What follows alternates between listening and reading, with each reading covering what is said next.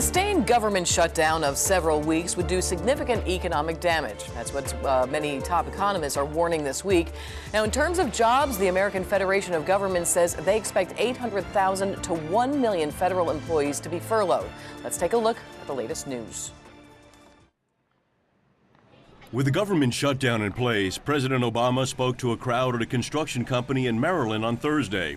Obama blamed the House Republicans for causing the government shutdown.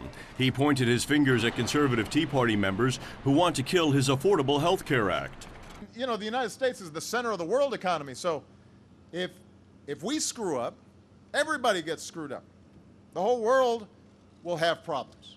In an effort to rally public opinion against what he calls reckless Republican shutdown, the president slammed his opponents for refusing to reopen the government until they get their way. The only thing that is keeping the government shut down, the only thing preventing people from going back to work, is that Speaker John Boehner won't even let the bill get a yes or no vote because he doesn't want to anger the extremists in his party. As Washington entered its fourth day of the shutdown, national parks and monuments remain closed, and hundreds of thousands of federal workers continue to be furloughed. House Majority Leader Eric Cantor says it's the president who has let the situation spiral out of control. The president's refusal to work in a bipartisan way has led us to this shutdown. With the government shutdown still holding strong, small businesses and federal employees, which are often cited as the backbone of the economy, start to worry about its potential impact. Money will run out. People live on a paycheck to paycheck basis, and that's going to really have big ramifications. Well, I mean, I think it's an issue in that there's going to be over 1 million people furloughed immediately, and so that's going to affect aggregate demand. That's going to affect the economy negatively, and we'll probably see that result pretty quickly. Last time the Republicans brought us to the brink, Moody's downgraded us. If the shutdown dispute persists, it could become entangled with the even more consequential battle over the debt limit. If Congress does not raise the debt ceiling by October 17th, the U.S. will default on its debt, which many economists say would be dangerous to the world economy. Former White House aide Dee Dee Benke and Dr. Michael McCoy from Rutgers University continue our discussions. Also joining us is Anthony Lawley, CEO of Rapid Realty. And I understand congratulations is in order. You are just back from California, where you won the 2013 Golden Bridge Entrepreneur and Founder of the Year Award. And I understand that some good company you were keeping, Mark Zuckerberg also was a winner of that, and LinkedIn CEO Jeff Weiner was also. So that's a pretty good honor there, so congratulations. Thank you. All right, so we're talking about the economy, and you're into the realty business. Let's start off with you, Anthony, and see where you are gauging the economy right now, and what this government shutdown is possibly going to do. Well, it's the ripple effects. You know, we're in the trenches here, so let's start off with the SBA. You know, in the industry that I'm in, which is the franchise industry, the SBA is the backbone for franchising growth. So coming off of an award-winning situation in California, there's a lot of people that want to buy franchises from my company, and now they're at a standstill because they're not able to apply for a loan. That's another thing that applying for those loans is also going to be put on hold for quite a while. Sure. Let's also talk about the unemployment numbers. It's now at 7.3%.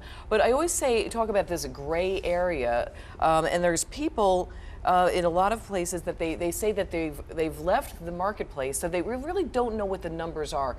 Where do you think that the numbers really are if you were to take a realistic look right now?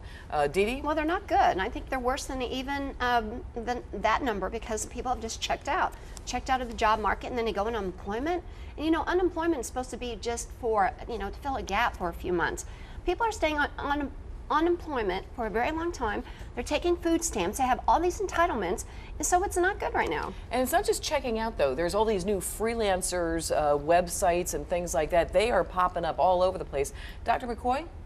Yeah, I mean, I think that we can look at numbers, but I think we can just generally get a sense of almost the feel of the environment, which is a lot of times how the markets work. They work on just what do you get a general sentiment. And I think I feel like it's a better sentiment than it has been for the past few years, but it's certainly not in terms of where we want it to be at the way it was, 10 years ago or so.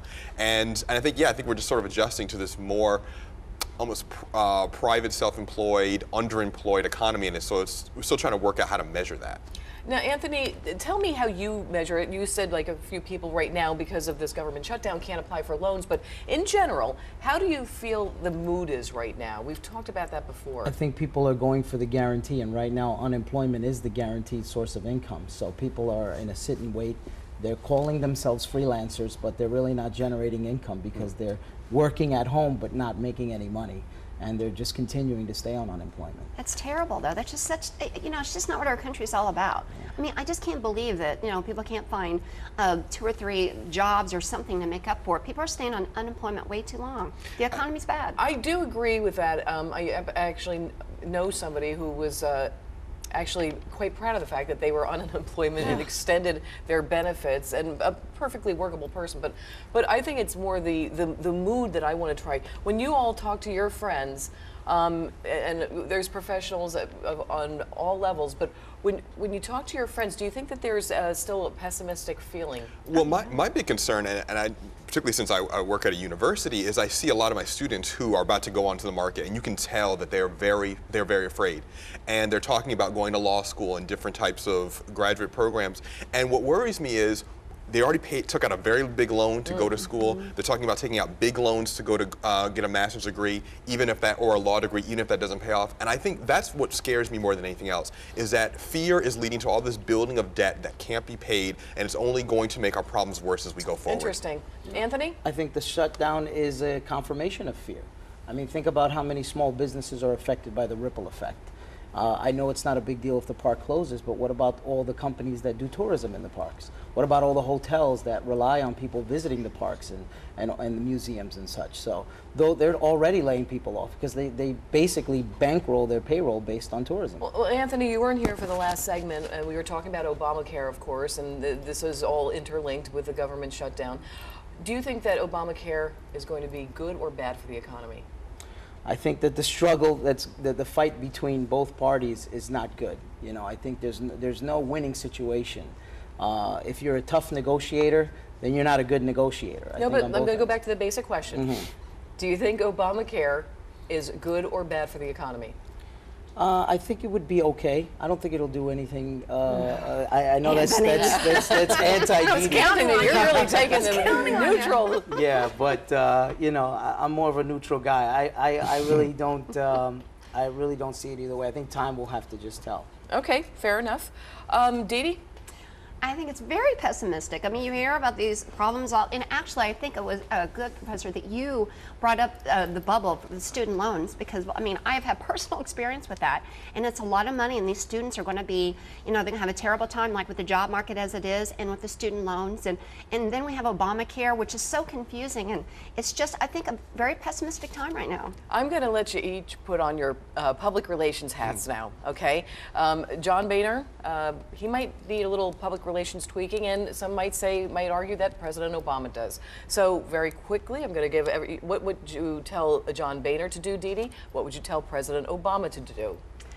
I would, well, I would tell President Obama just to dump Obamacare because it's the worst policy we've ever had. And since his name's on it, fess up and realize that it's bad. That's what I would tell him. I mean, you asked me, that's what I would tell the president. And as far as John Boehner, I would say, I think, he can finish out his term, but he should step aside for Kevin McCarthy. I think we need new, fresh face and younger blood.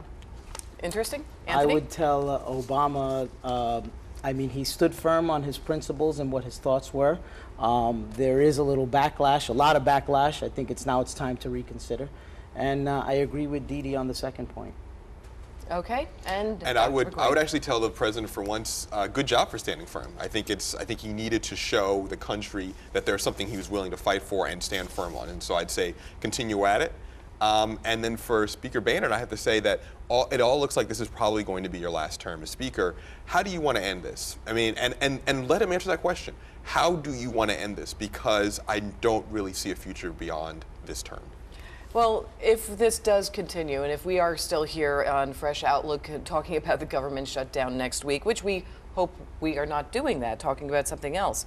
What about the economy right now? We're on the throes of some sort of a recovery. If this continues next week, I mean, now I think you're going to start seeing people really start to panic. What do you think is, what are your predictions? Well, I think there are many ways we could be here next week. So if we're here next week and there have been no discussions and everyone's just like, then still in their harsh positions, then I think we could be in trouble. If we're here next week and they're in the midst of negotiating and it looks like, we won't be going all the way up against the debt ceiling, then I think we'll be in a better position. But I think it looks like what are the leaders saying to each other next week, I think will determine where we're at. And obviously if the unemployment goes down even more, goes up even more, this could have a big, obviously, effect on the upcoming elections as well. Sure. Anthony? Well, I think if we're here next week and the situation is still the same, it's going to be drastic. I mean, it's affecting even the Food and Drug Administration. Half of the force is no longer there. It's going to increase the cost of food. There's going to be health concerns. It's just going to go on and on and on. Talk to me about your started off as a small business owner. Just talk to me. You were saying about some of the ripple effects. Talk to me a little bit more about that. Well, there's restaurants and there's businesses that strategically place themselves next to governmental facilities. No one's showing up to dine in their restaurants. There's a lot of people that have government contracts. No one's there now to pay the bill, and they're left holding the bag. I mean, it just goes on and on and on. Hotels, as I mentioned earlier. And Dee Dee, just in terms of the economy and upcoming, if the jobless rate continues to rise, obviously that would be a win-win for the Republicans to win with, to run with rather. But what do you think is going to happen with this long-term recovery of the economy if we see this government shutdown? Well, I don't think the government shutdown as much as a problem is when we get to the debt ceiling, because that's a much bigger scale. I mean, the furloughed workers, okay, I'm sorry, I don't feel so bad for them because with Obamacare, a lot of these companies are having to give up jobs. So, and those are real jobs. It's not paid by taxpayer money. So I don't know, I think slimming down the government's a good thing. However, when we get to the debt ceiling, that's a different matter. So I do think we could very well be here next week, but I do think we will move along, and maybe slowly, but I think that nobody wants to have a problem with the debt ceiling. I think that we can only hope that they all agree to disagree again on the Hill, and hopefully we don't see anything like that on October 17th. Thanks, everybody. And remember, folks, the September jobs report, that is due out on Friday. We'll be waiting to see what those numbers show. And stay with us. Our lightning round is next.